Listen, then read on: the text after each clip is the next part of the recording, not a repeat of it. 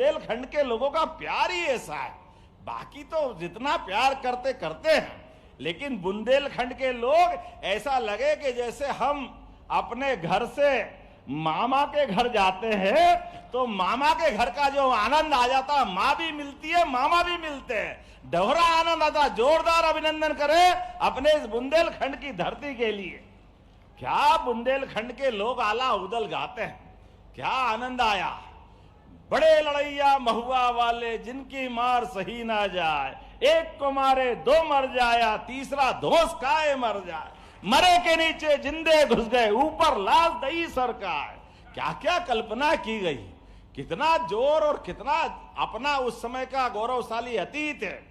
अपने स्वाभिमान को लेकर के, अपने रोम रोम में रोमांचित करने वाले, खून के कतरे कतरे को धन्य करने वाली ये बुंदेलखंड की धरा।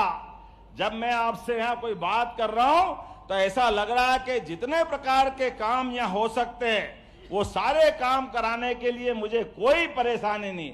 आप जो मांगोगे वो सब देने के लिए तैयार है।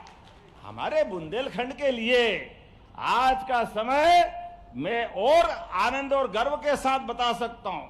अतीत के गौरवशाली पृष्ठ को याद करो, जब पूरे देश में हाहाकार मचा विदेशी आक्रांताओं के साथ, लेकिन बुंदेलखंड की धरती ने कभी हथियार नहीं धरे।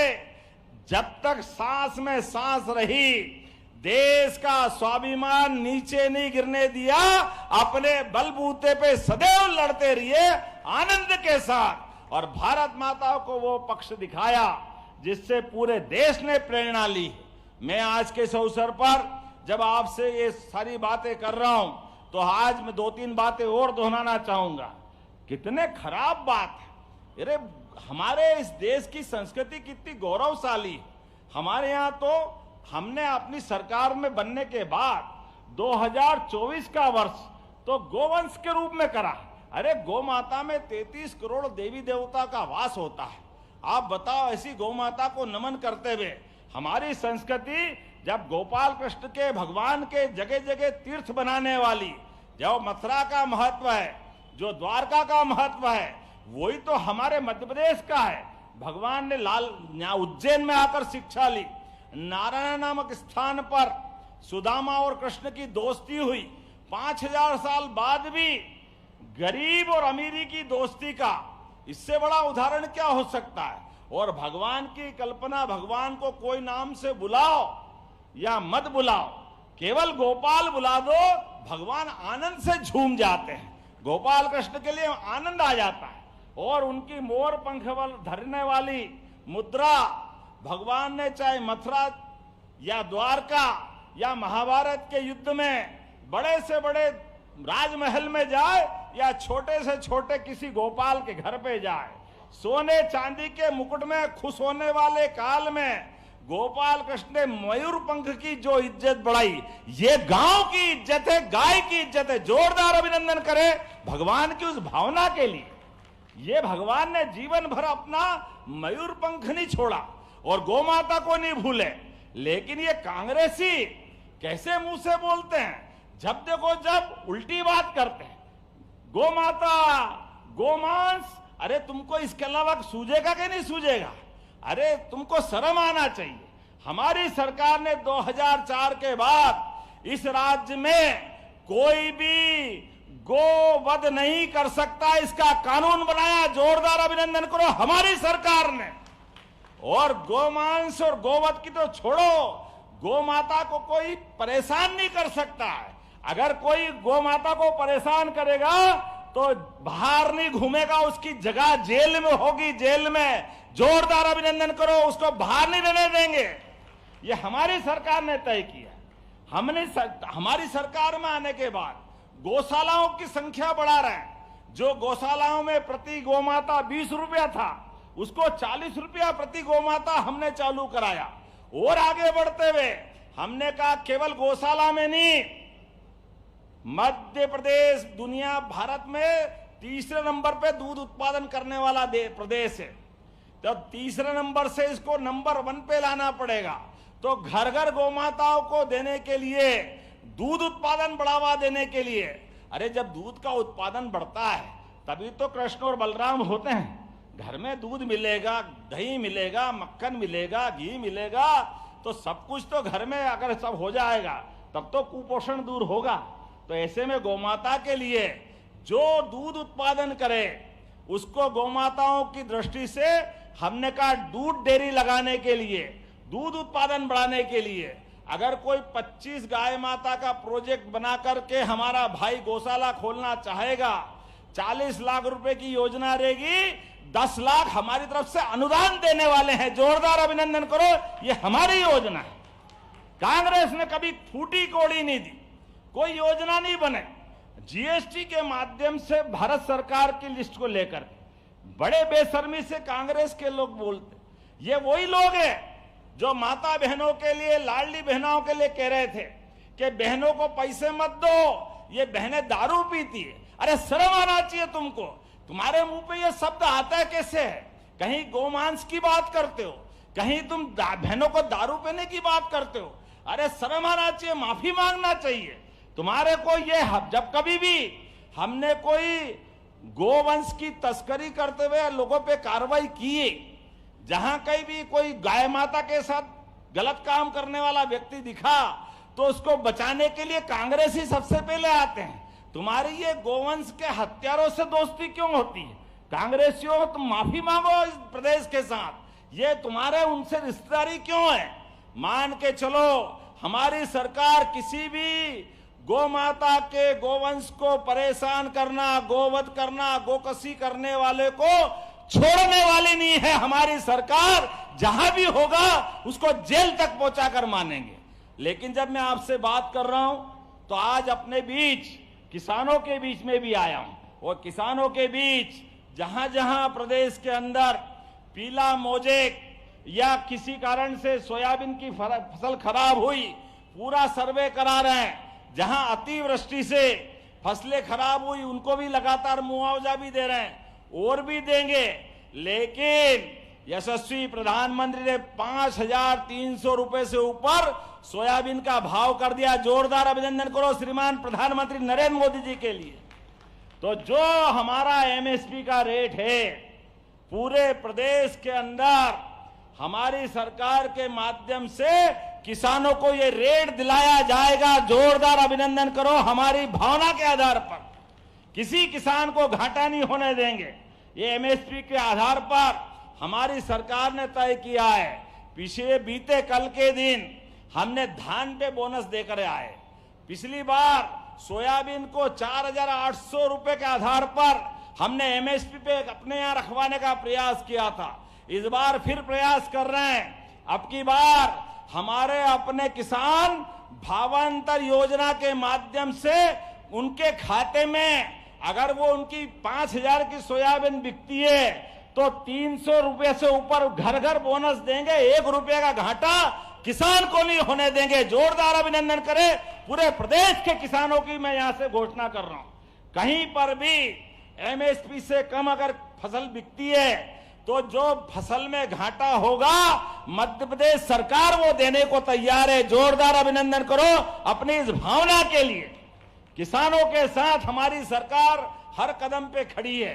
आने वाले समय में हमारे किसान भाइयों की बहन की जिंदगी अच्छी बने। आप बताओ, पहली बार किसान सम्मान निधि अगर किसी ने दिए तो हमारी सरकार माननीय प्रधानमंत्री ने दी है। किस किस को किसान सम्मान निधि मिलती? हाथ खड़े करके बताओ। देखो आप क्या हाथ खड़े हो रहे हैं। और हमारी सरकार भी दे रही और ये लगातार देते रहेंगे। लाडली बहनों के भी हाथ खड़े करो जिन जिन को पैसे मिल रहे हैं। आप बताओ, बहन को भी मिल रहे हैं, भाई को भी मिल रहे हैं। हमारे पास कोई पैसे की कमी नहीं है। किसानों की जिंदगी जितनी बेहतर कर सकते हैं हम लगातार उस दिशा में आगे बढ़ रहे हैं। और बहनों चिंता मत करो, ये कांग्रेसी कुछ भी कहे, लेकिन इसी दिवाली के बाद भाई दूज से आपको भी 1,500 रुपया महीना मिलना चालू होगा। जोरदार अभिनंदन बहनों के लिए भी करो।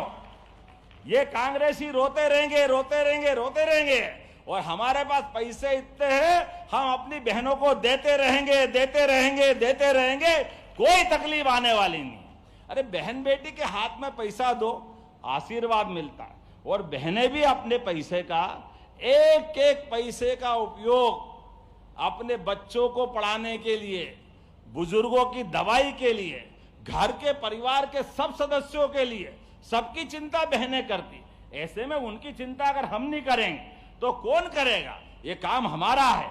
लेकिन जब मैं इतनी सारी बात कर रहा हूं तो यहां पर एक बगिया मां के नाम पर भी जहां हमने योजना बनाई, इसके 1108 काम चालू हो गए और प्रकृति संरक्षण का भी हमने जलगंगा संवर्धन अभियान भी चलाया। मैं आज के इस अवसर पर यहाँ फलोद्यान के माध्यम से जो नमो वन बना रहे हैं, जोरदार अभिनंदन करो अपने नए फलोद्यान कार्यक्रम के लिए। और जिनके किसी ये पूरे क्षेत्र में मुझे बताया गया कि ये हमारी यहाँ पर केन बेतवा नदी जोड़ो अभियान माननीय प्रधानमंत्री जी के माध्यम से मिली है, लेकिन ये क्षेत्र थोड़ा छूटा था। ऐसे में बेबस नदी के अंदर सिंचाई परियोजना की बात आई। होना चाहिए क्या बेबस योजना, नदी परियोजना? आप ताली वाली बजाओ तो मैं भी विचार करता हूं कि हाँ ये होना चाहिए कि नहीं होना चाहिए। कई सारे प्रकार के लोगों के लिए यहां पर 30 गांवों के 5000 हेक्टेयर से अधिक जिनकी सिंचाई होगी, सागर में भी पीने का पानी मिलेगा, उद्योगों को भी पानी मिलेगा। ऐसे में इस परियोजना को बनाने की घोषणा करता हूं। जरा बताओ आनंद के साथ ताली वाली बजा करके। आपने कहा जेसी नगर में शासकीय महाविद्यालय का भवन अधूरा है, वो काम भी कराएंगे।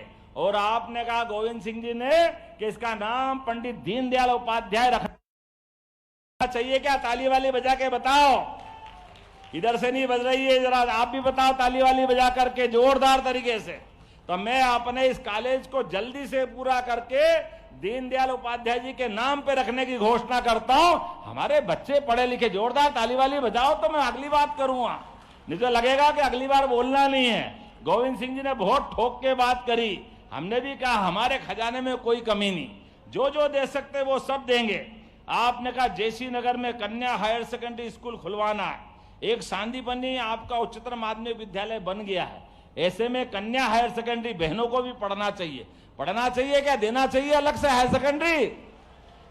तो मैं यहीं पे अपनी बहनों के लिए हायर सेकेंडरी जीडीसी देने की घोषणा करता हूं। जोरदार अभिनंदन करें अपना government high school, higher secondary school, जिसके आधार पर यहां लाभ मिलेगा। जब ये सारी बात कर रहा हूं, चलते चलते एक और मांग यहां आ गई थी, ये मसूराई हाई, क्या मसूर हाई क्या है? गजब हो गया, आपके नाम भी बहुत जबरदस्त है। आदमी को तोड़ा के मध्य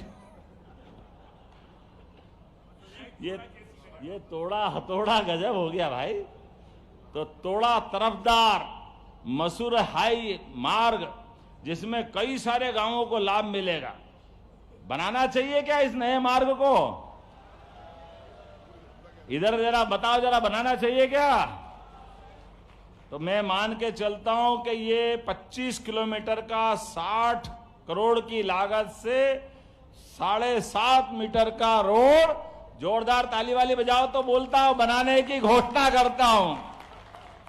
हमारे बीच ऐसे कई और काम हैं, कई सारे काम। और अब कान में बता, अगली बार बुलाना यार, आज ही आज मत कराओ। अगली बार बुलाओगे कि नहीं बुलाओगे? बुलाना है अगली बार, आना कि नहीं आना है?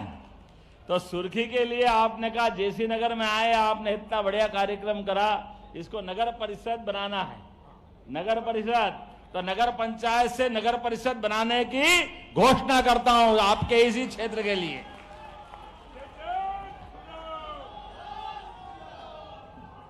तो मेरी अपनी ओर से आज के इस सुंदर आयोजन के लिए आप सबको बधाई भी देता हूं। और आने वाला दशहरा, दीपावली, सारे त्योहार आपके जीवन में मंगल ही मंगल करे। और विकास के मामले में हमारी सरकार कदम से कदम मिलाकर आपको साथ लेकर यशस्वी प्रधानमंत्री श्रीमान नरेंद्र मोदी जी के नेतृत्व में देश के अंदर मध्य प्रदेश को नंबर 1 का राज्य बनाने के लिए हम लगातार आगे चल रहे हैं। दोनों हाथ की मुट्ठी बांधकर